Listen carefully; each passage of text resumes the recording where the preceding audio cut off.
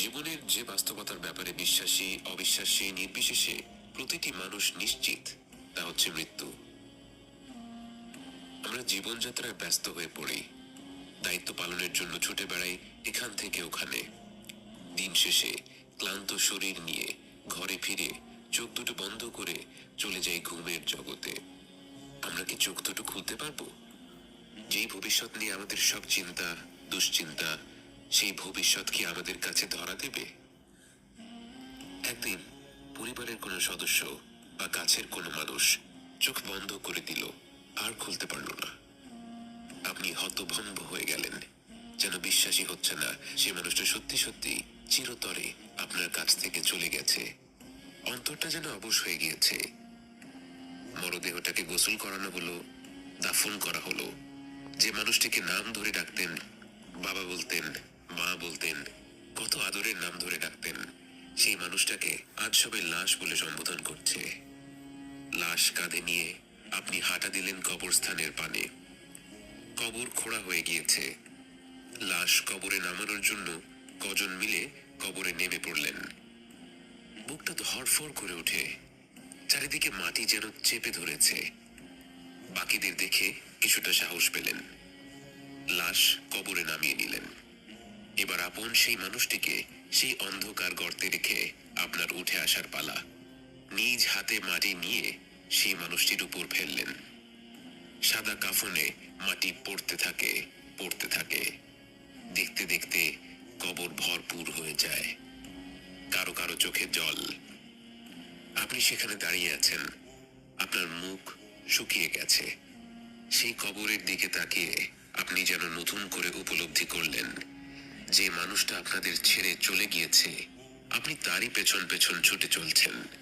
তিনি যেই জগতে প্রবেশ করেছেন, আপনি না চাইলেও আপনাকে সেই জগতেই শীঘ্রই প্রবেশ করতে হবে।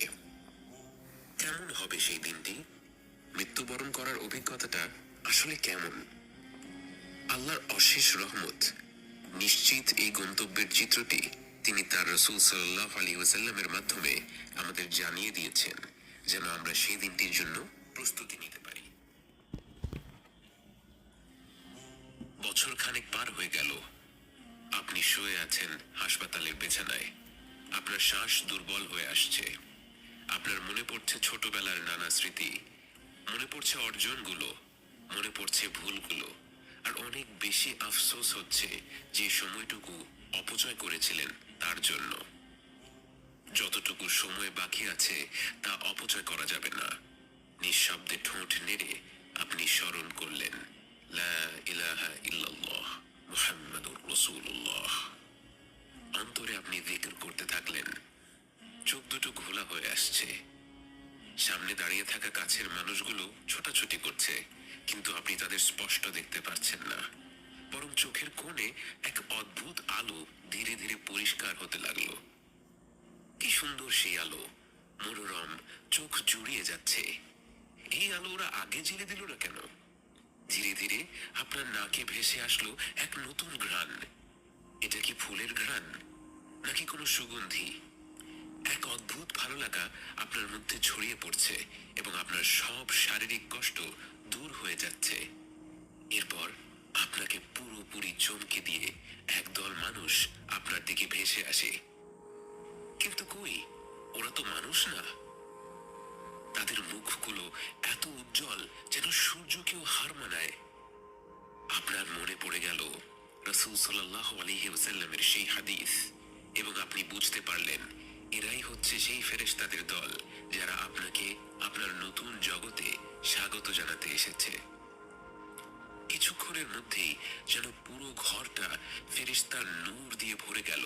আপনি যেদিকেই তাকাচ্ছেন শুধু অগণিত ফেরেশতা ছাড়া আর কিছুই দেখতে পাচ্ছেন না। এরপর একজন ফেরেশতা আপনার একদম কাছে এগিয়ে আসে। আপনি বুঝতে পারেন তিনিই হচ্ছেন মালাকুল মউত, মৃত্যুর ফেরেশতা।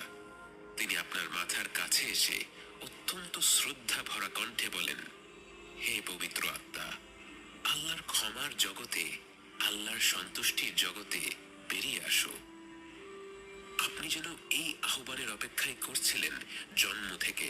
আপনি এত দ্রুত, এত সহজে দেহ থেকে বেরিয়ে এলেন, যেন এক পাত্র থেকে আরেকটি পাত্রে পানি ঢালা হলো এবং ফেরেশতাদের উচ্ছ্বাস দেখে আপনার মনে পড়ে গেল আপনার সন্তান জন্ম হওয়ার সময়টির কথা। যখন শিশুটি জন্ম নিয়েছিল, প্রতিটি মানুষের চোখ মুখ ভরা ছিল উচ্ছ্বাস আর ভালোবাসা। সবাই তাকে কোলে নেওয়ার জন্য ব্যস্ত হয়ে গিয়েছিল। আজ আপনি যখন আপনার দেহ থেকে বেরিয়ে এলেন, সব ফেরেশতারা যেন ঠিক সেরকমই উচ্ছ্বাসিত। আপনাকে কোলে নেওয়ার জন্য তারা প্রতিযোগিতা করতে লাগলো। তারা আপনাকে এক স্বর্গীয় কাপড়ে আবরণ করে অপূর্ব সুন্দর সুগন্ধি লাগিয়ে দিয়ে আপনাকে নিয়ে চলল আসমানের পানে। আপনি যেন আলোর বেগে আকাশ পাড়ি দিতে লাগলেন। আপনাকে ঘিরে রয়েছে অগণিত ফেরেশতা। আকাশ দিয়ে ভ্রমণ করতে করতে আপনি বিভিন্ন ফেরেশতাদের দল পার হতে লাগলেন। প্রতিটি ফেরেশতাদের দল আপনার পরিচয় জানতে চাইল, আর আপনার আশেপাশে থাকা ফেরেশতারা আপনার নাম বলল, এবং সেই সাথে আপনাকে পৃথিবীতে যত ভালো ভালো নামে ডাকা হয়েছিল সেই নামে তারা বাকিদের কাছে আপনাকে পরিচয় করিয়ে দিতে লাগলো। আপনি এমন সব দৃশ্য, এমন সব সৃষ্টি দেখতে লাগলেন যে আল্লাহর প্রশংসা ছাড়া আর কোনো কথাই আপনার মুখে আসছিল না। এই জগৎ এত প্রকাণ্ড, এত বিচিত্র। পৃথিবীতে থাকতে যেটাকে আপনি আধুনিক প্রযুক্তি ভেবেছিলেন, সেই আধুনিক প্রযুক্তি তো এ জগতের অনুপরিমাণ বাস্তবতাও কখনো তুলে ধরতে পারেনি। ভাষা হারিয়ে নিস্তব্ধ হয়ে আপনি সব দেখতে লাগলেন, এবং অবশেষে আপনাকে নিয়ে ফেরেশতারা পৌঁছে যায় সপ্তম আসমানের দ্বার প্রান্তে। এরপর আপনার অন্তর যেন কেঁপে উঠল, কারণ আপনি সারা জীবন যেই সত্তার কাছে আপনার মনের সব আকাঙ্ক্ষাগুলো বলে এসেছিলেন, যে সত্তা তার অসীম রহমত এবং ভালোবাসার মাধ্যমে আপনার সাথে কথা বলেছিল, আজ সেই মহান রব্বুল আলামিনের কণ্ঠ আপনি সরাসরি শুনতে পেলেন। এবং তিনি আপনার প্রশংসা করে অসীম মমতা ভরা কণ্ঠে বললেন, আমার আব্দের বই এল্লিয়িনে উঠিয়ে রাখো, আর তাকে পৃথিবীতে ফিরিয়ে নাও। আমি তাকে মাটি থেকে সৃষ্টি করেছি এবং তাকে মাটিতেই ফিরিয়ে দিচ্ছি, এবং একদিন তাকে আবারও সেই মাটি থেকেই বের করে আনবো। আল্লাহর কণ্ঠ শুনে আপনার মতো পাপী বান্দার প্রতি তার যে দয়া এবং ভালোবাসা সুস্পষ্ট প্রকাশ পেল, তা শুনে আপনার পুরো সত্তা যেন অপার উল্লাসে আলোকিত হয়ে উঠল। ফেরেশতারা আপনাকে আবার পৃথিবীতে ফিরিয়ে নিতে লাগলো, কিন্তু আপনি যেন আপনার রবের সেই মায়া ভরা কণ্ঠ ছাড়া আর কিছু নিয়েই ভাবতে পারছেন না। অবশেষে আপনি ফিরে এলেন দুনিয়াতে এবং দেখলেন আপনার মরদেহ ততক্ষণে কবরে শুয়ে দেয়া হয়েছে। আপনাকেও সেই কবরেই ফিরিয়ে দেয়া হলো। আনন্দময় যাত্রা শেষে এবার কবরের জীবনের বাস্তবতা নিয়ে ভাবতে লাগলেন। আপনি কতটা সৌভাগ্যবান, আপনার রব কতটা দয়াশীল, যার রহমত ছাড়া এমন আনন্দের অভিজ্ঞতা কখনোই সম্ভব হতো না। আপনার মনে পড়ে গেল আপনার হাবিব সাল্লাল্লাহু আলাইহি ওয়াসাল্লামের সেই হাদিসটি, এবং আপনার মনে পড়ে গেল আজ আপনি ঈমান নিয়ে মৃত্যুবরণ না করলে আপনার পরিণতি কেমন হতো। অবিশ্বাসী হয়ে মৃত্যুবরণ করলে আপনার কাছে মালাকুল মাউত এবং তার সাথীরা আসতো ভয়ঙ্কর রূপে। তাদের দেখা মাত্র আপনি তাদের থেকে দূরে পালিয়ে যেতে চাইতেন, কিন্তু পালানোর কোনো সুযোগ তখন থাকতো না। মালাকুল মাউত এগিয়ে আসতো আপনার কাছে এবং ঘৃণা ভরা কণ্ঠে বলতো, বের হয়ে আয় হে অশুভ আত্মা, এই অশুভ শরীর থেকে বের হয়ে আয়, তোর জন্য শাস্তি অপেক্ষা করছে। এবং এই এমন ভয়ানক কণ্ঠ হতো যে সে শাস্তির কথা না বললেও আপনার আত্মা বের হতে চাইতো না। আপনার মৃতপ্রায় শরীরকে আঁকড়ে ধরে রাখত, এবং তখন মালাকুল মাউত এমন ভাবে আপনার আত্মাটাকে টেনে হিঁচড়ে শরীর থেকে বের করত, যেমনটা ঘন কাঁটাযুক্ত ডালের ভেতর দিয়ে তুলো বের করে আনা বলে হয়। এবং আপনার আত্মা বের হয়ে আসার সাথে সাথে বাকি ফেরেশতারাও আপনাকে ধিক্কার জানাতে থাকতো। আপনাকে নিয়ে আসমান পাড়ি দেওয়ার সময় যখন প্রথম আসমানের দ্বার প্রান্তে পৌঁছতেন, সেই আসমান আপনার জন্য খুলে দেয়া হতো না, এবং আপনি প্রথমবার আল্লাহর কণ্ঠ শুনতে পেতেন। কিন্তু সেই কণ্ঠ হতো রাগান্বিত এক কণ্ঠ, এবং তিনি বলতেন, ওর বই সিজ্জিনে নামিয়ে রাখো। এবং এরপর আপনাকে সেই প্রথম আসমানের দ্বার প্রান্ত থেকে ছুঁড়ে ফেলা হতো আপনার কবরের দিকে।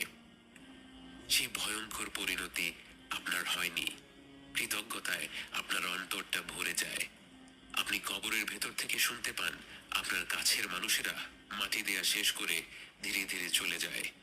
আপনি প্রথমবারের মতো একা হয়ে পড়েন, অন্ধকার কবরে পুরোপুরি নিঃসঙ্গ।